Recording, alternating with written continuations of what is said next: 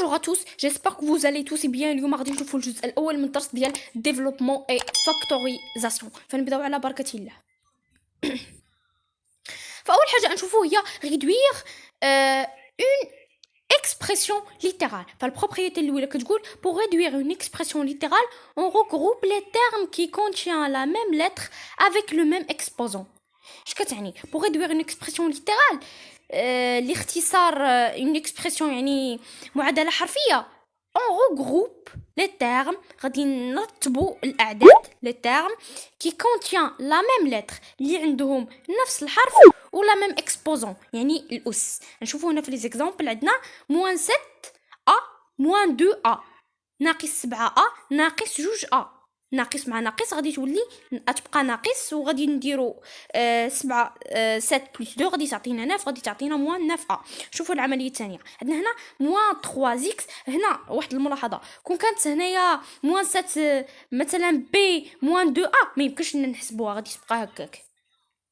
هنا عندنا -3x بلس 4x غتعطينا x. علاش؟ حيت هنا -3 بلس 4 غتعطينا 1 و 1 x هي x بحال.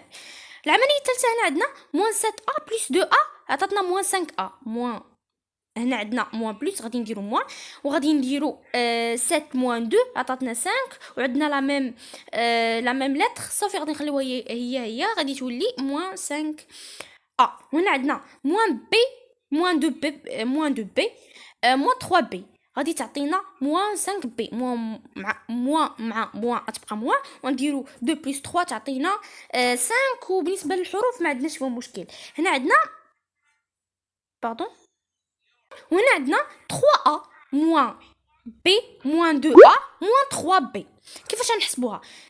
اش قلنا في البروبريتي on regroupe les termes qui contient la même lettre. اذا نديرو 3a شكون من الاعداد الاخرين اللي عندهم ا هي 2 اذا نجيب وحدها -2 ومن ثم نتبعوا ليها -b حيت -b هي اللي جات الاولى -b 3b. فاحنا رتبناهم بالنسبه للحرف وغادي تعطينا ا 3a -2a تعطينا ا وهنا -b 3b عطاتنا -4b. فنتمنى انكم تكونوا فهمتوا مزيان. وهنا عندنا 2 - x plus y -3 -2x -y. فهنا عندنا 2 ناقص x زائد y ناقص 3 ناقص 2x ناقص 5y. فإلا شفتوا بحال العمليه دي ما تسرعوش ركزوا معاها مزيان.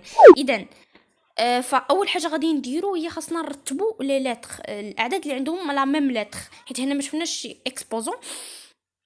غادي نديرو -x هي الاولى نتبعوها -2x ومن تما بلس y حيت بلس y هي اللي جات الاولى -5y عاد تما -5y ومن تما غادي في الاخير غادي نضيفوا الاعداد اللي يعني ما فيهم لا لتر لا اكسبوزون.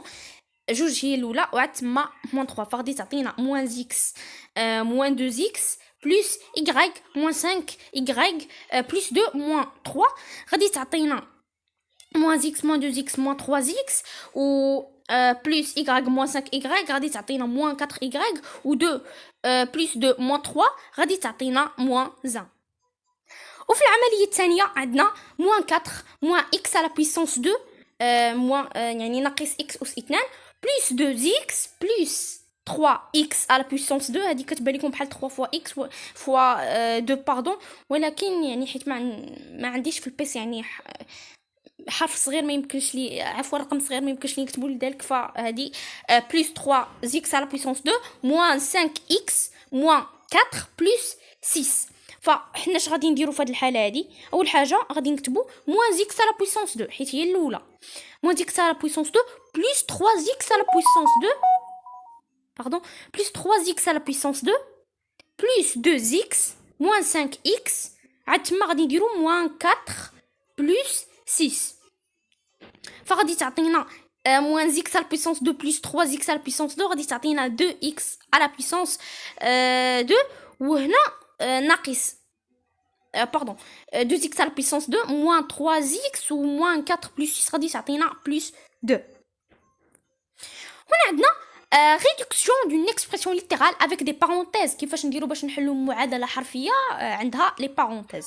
فالبروبريتي كتقول لنا a b سي اي اكس هما مجموعه من لي نومبر، يعني هما مجموعه من الحروف كيمثلوا لنا دي نومبر، سون دي نومبر ريلاتيف. فالقاعده كتقول الا عندنا اكس بلس اونتر بارونتيز ا موان بي بلس سي غادي تعطينا اكس. غادي الا كان لي بارونتيز قبلهم بلس ما غادي يتغير والو، غادي نحيدو غير لي بارونتيز وغادي نخليو داكشي كما هو كما لاحظتوا معنا، وغادي تعطينا اكس بلس ا موان بي بلس سي، يعني ما تغيرات حتى حاجه.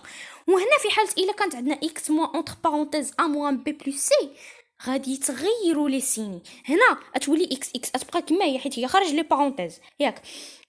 وهنا عندنا ا عنده فلو سيني بلس ردوه ليه موان، وهنا بي عنده لو سيني موان غادي يردوا ليه بلس.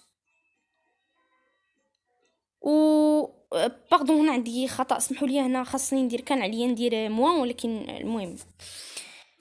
اذا فغادي تعطينا اكس موان ا بلس بي موان سي، غادي تغيروا جميع غادي يتغيروا كل دوك لي سيني اللي كاينين ديال الاعداد اللي اونتر بارونتيز. هنا نشوفوا دي زيكزامبل.